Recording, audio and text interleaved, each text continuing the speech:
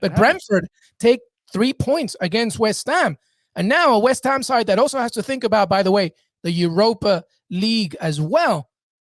I would venture to say, Heath Pearce, that I guess Champions League is really not going to happen for them.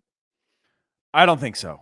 I kind of put them in the same category now as Manchester United. I just don't see mathematically with the schedule that they have, the form that they're in, the inconsistencies. 51 points, West Ham in 32 games played. Go ahead. You know, they're 32 games played is what I was going to say, in front of Arsenal and Spurs have 31 games played, but you're looking at just a gap there that I don't see. Having said that, like, games in hand clearly mean nothing to Arsenal as they've continued to kind of fill that gap in of games in hand. They haven't used those. So there is an opportunity to swing that, but just that inconsistency in form, I have to think about Spurs being the ones with the most momentum going at the right time of the season to be able to secure that fourth and final spot.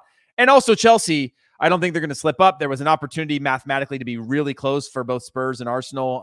It's still not far off, 5 points, as you can see, but Spurs have played one more than Chelsea. Arsenal have really pooped the bed, to use not bad language, in these moments, and West Ham as well have been very inconsistent. So yeah, and Tottenham's goal difference, thanks to Antonio Conte's arrival, is much better than Arsenal's as well. Even though Arsenal have a game in hand on Tottenham, and with that win, if it happened, it would be even on points. It doesn't matter at this point. Tottenham still have a better goal differential. So you would think that Tottenham's only fight for that Champions League spot is Arsenal, right? You would think that. So I don't know, man. And guess what? You still have the North London derby on May 12th as well. So, and Arsenal has to host Manchester United. They have to travel to West Ham. They still got to travel to Chelsea. It's going to be tough.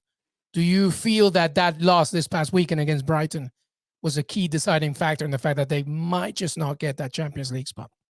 I think the last couple of it's tough to say. Like, they went from being like this is the clear 4 team to being the now, like, I'm not so sure anymore based on their form and the fact that they haven't really made the most of it. Crystal Palace battered them in the first half, and they couldn't come back from that Monday. And then Brighton with a 2-1 win also. 2 teams that they should take. By the way, Crystal Palace, I've loved them from the very beginning of the season. I like where they were at. They were drawing everything, and they were just a few moments away. And obviously they continue to show, obviously not being able to come back against Leicester today, but showing just some glimpses of some being a top half of the table, pushing in those Europa League spots. So I don't want to discredit Crystal Palace because they put a beating on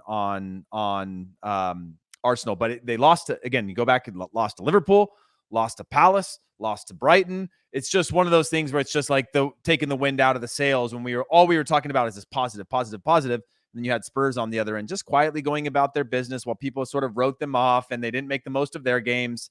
Now they don't have games in hand and they're making the most of just game after game after game, which is why it's, based on the form. Having said that, 3 weeks ago, I would have said Arsenal are for sure the team that goes top 4. And maybe even, as based on the math before, we're going to be within 3 points of Chelsea in third. And so, yeah, things change quickly in the Premier League, as you know. Yeah, it's just, part of it, you think, wow, Tottenham, Antonio Conte, you see some blips, right? After that great win over Manchester. We were talking about whether Antonio Conte was the guy. Yeah. Like, good. Was it the players? Was it the team? And is it the manager? If you keep changing them and you don't get the results, now all of a sudden amazing what he's done. The narrative's changed. Yeah, it's amazing what he's done. It's just that there was room and justifications for an argument. A good tweet here from Duncan Alexander: Spurs have now scored more Premier League goals this season under Antonio Conte, appointed in November, than Arsenal have under Mikel Arteta. Part of it, okay, is obviously the way that these teams play. Let's remember that. Tottenham's win against Man City, that was 3-2. But then they lost to Burnley 1-0. Then they came back and destroyed Leeds 4-0. They destroyed Everton 5-0. They destroyed Maya Villa 4-0. They won 5-1 against Newcastle. They're all out. They're all in or nothing. There's nothing in between for Antonio Conte. And that's favoring a Spurs side who, by the way, never mind Heung-min Son, who's amazing. Never mind Harry Kane. Kulusevski, arguably the best transfer acquisition of January. So good. They're just a good team. And at this point, you have to say that Tottenham will get that Champions League spot, Heath Pearce. Yeah, I just look at that attack. I worry about their defense always at Spurs and whether or not they're consistent enough. But clearly, they figured out a way to shore it up with the style of play tactically that's not relying on the back four to be the only ones, kind of solving the problems.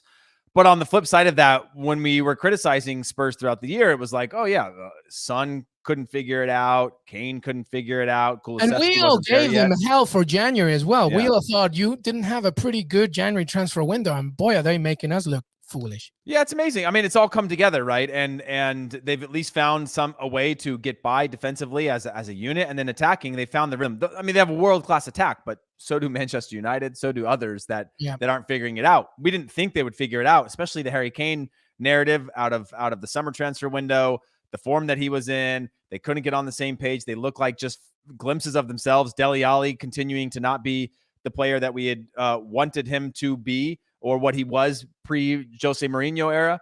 So you kind of just wrote them off as like, okay, Harry Kane's going to leave, and Son's going to maybe be there longer, but Dele Alli was never going to be the same player again. And so you kind of just write them off based on what had them success, gave them success before. But now you look at them, you're like, okay, they found it again. They found that rhythm, that belief. And when this team is good, their attack is one of the best in Europe, period.